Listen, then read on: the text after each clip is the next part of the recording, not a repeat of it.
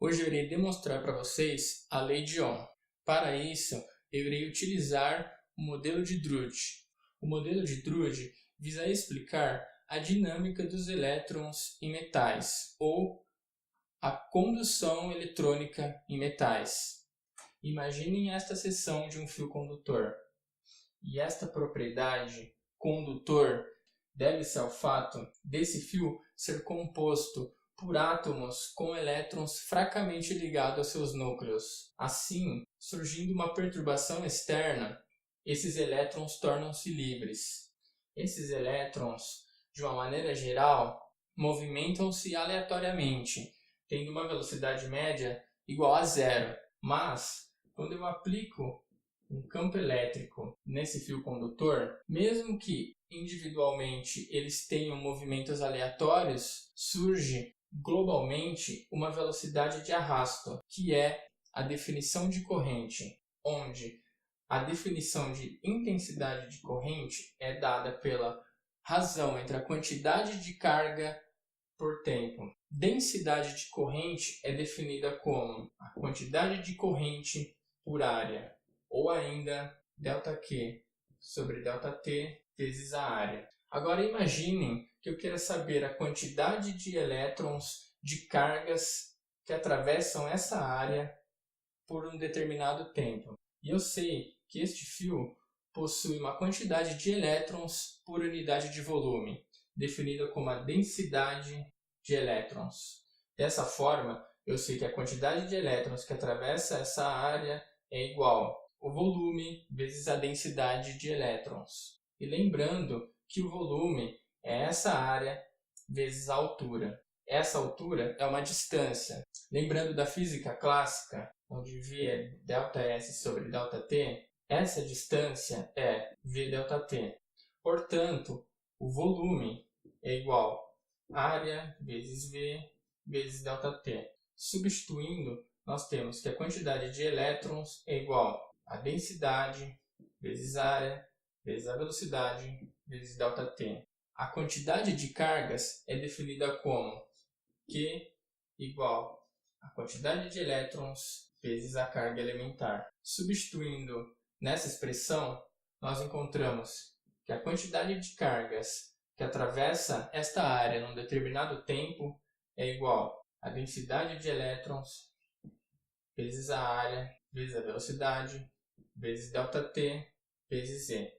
E é possível ainda relacionar esta velocidade de arrasto com o campo elétrico externo. Utilizando o valor da densidade de corrente, nós encontramos a quantidade de corrente dividido por ΔT vezes A, onde esse ΔQ é essa quantidade de carga que nós encontramos. Assim, a densidade de corrente é igual à densidade de elétrons vezes a área, vezes a velocidade, vezes ΔT vezes E, dividido por ΔT vezes A. E notem que este termo cancela esse e esse cancela esse.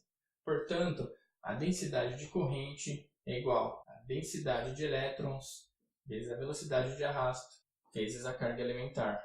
E os elétrons nesse fio condutor, após serem submetidos ao campo elétrico externo, são acelerados e adquirem uma velocidade de arrasto, mas eles, após um tempo, colidem-se com íons nesse condutor, voltando à estaca zero, adquirindo novamente velocidade igual a zero, em média.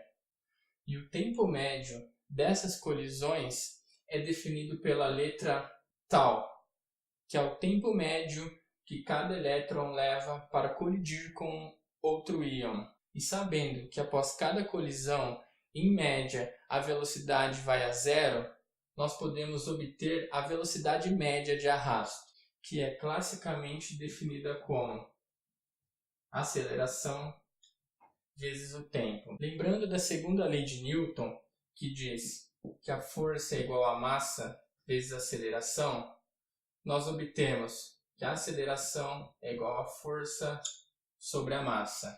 Nesse caso, trata-se de uma força elétrica. Portanto, a aceleração é igual ao campo elétrico vezes a carga dividido pela massa. Substituindo essa expressão em A, e o valor de ΔT sendo o tempo médio entre cada colisão, nós temos que a velocidade média de arrasto é igual ao campo elétrico vezes E dividido por M vezes tal. E finalmente, substituindo o valor da velocidade média de arrasto na expressão da densidade, nós encontramos que a densidade é igual a NE vezes E ao quadrado dividido por M vezes tal vezes E. E assim nós encontramos uma relação de proporção entre a densidade de corrente e o campo elétrico.